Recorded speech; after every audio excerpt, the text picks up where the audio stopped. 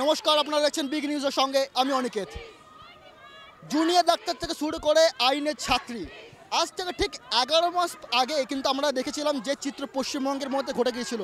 আরজিকর যে অবয়ার হত্যাকাণ্ড ঘটে গিয়েছিল তা কিন্তু এখনও পর্যন্ত পূর্ণ যে ন্যায় তা কিন্তু পায়নি। এবং তার মধ্যে কিন্তু আমরা দেখতে পাচ্ছি যে আবার কিন্তু কসবার যে ল কলেজ, সেই কসবার ল কলেজের মধ্যে কিন্তু আবারও এক আইনের ছাত্রীকে কিন্তু নির্যাতন করা হলো।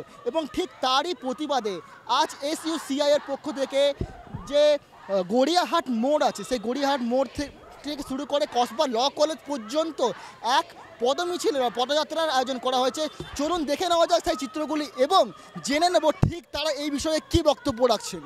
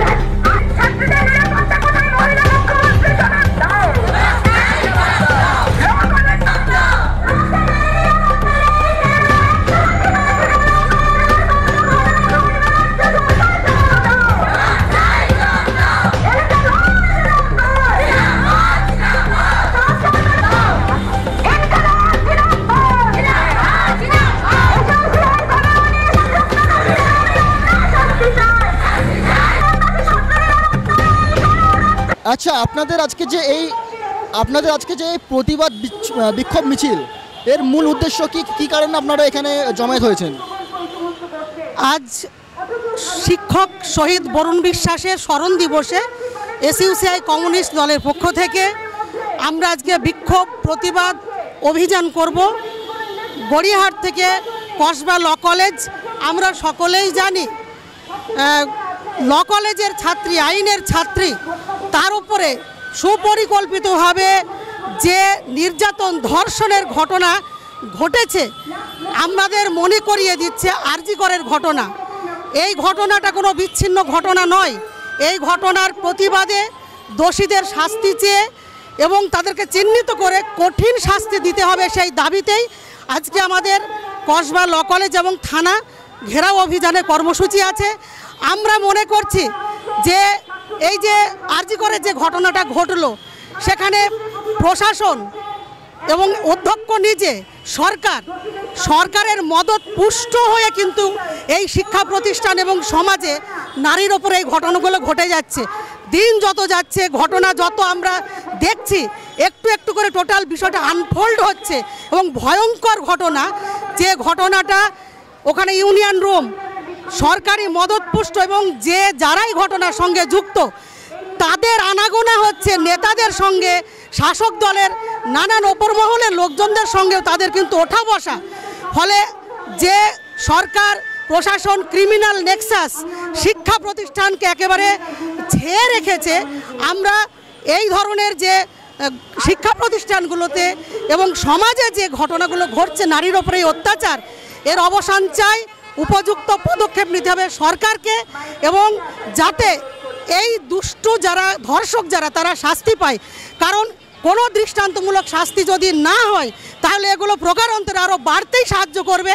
আরজিকরের ঘটনা যদি সত্যিকারের বিচার হতো তাহলে এই ঘটনাগুলো আর ঘটার এতটা সাহস হতো না। ফলে আমরা চাইছি এই ঘটনাগুলো পরপর যে ঘটছে সমস্ত ঘটনার দোষীদের চিহ্নিত করে তাদের উপযুক্ত শাস্তি দিতে হবে। যে ইউনিয়ন রুম আছে সেগুলি কিন্তু হাইকোর্টের পক্ষ থেকে বন্ধ করে দেওয়ার সিদ্ধান্ত নেওয়া হয়েছে, আপনি কি বলবেন এই বিষয়ে? আমি বলতে চাই সরকার এই ধরনের ঘটনাকে যাতে আর না ঘটে, আরজিকরের ঘটনার পর সরকার অপরাজিতা বিল নিয়ে এসেছিল, অনেক আইন পাশ হয়েছে, অনেক বিল এসেছে, অনেক পদক্ষেপ হয়েছে, অনেক কিছু হয়েছে। উল্টো দিকে আমরা দেখতে পাচ্ছি এই শাসক দলের নেতারা চারিদিকে ঘটনাটাকে লঘু করা।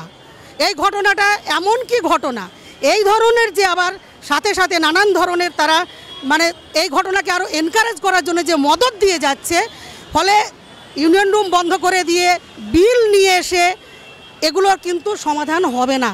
একটা রাজনৈতিক দল তাদের কোনো সংস্কৃতি নেই। রাজনীতিটা সংস্কৃতি ছাড়া একটা রাজনীতি যদি হয় তাহলে সেটা হবে মানে একেবারে শূন্য, তার ভেতরে কোনো সত্তা কিছু নেই। যে তিনজনের নাম উঠে এসেছে তাদের মধ্যে একজন হচ্ছে তৃণমূল কর্মী, যার নাম হচ্ছে মনোজিৎ। সেই মনোজিতের উকিলের দাবি যে মনোজিতের শরীরের মধ্যে লাভ বাইটের চিহ্ন পাওয়া গেছে। তাহলে এটা কি মানে ধর্ষণ বা এরকম নির্যাতনের কিছু নয়, বরং অন্য কিছু। এই বক্তব্য করা হয়েছে মনোজিতের উকিলের কাছ থেকে। আপনি এই বিষয়ে কী বলবেন?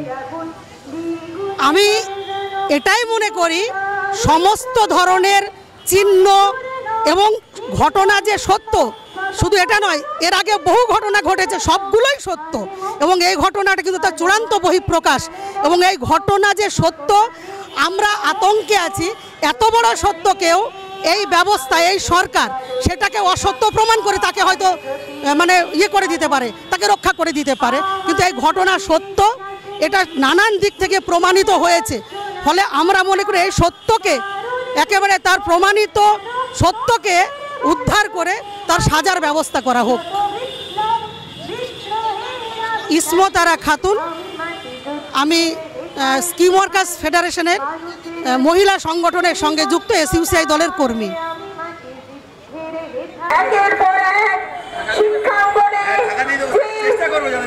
ঘটনাগুলো ঘটে চলেছে, নারীর সংগ্রাম নিয়ে ছিনিমিনি খেলা হচ্ছে, ছাত্রী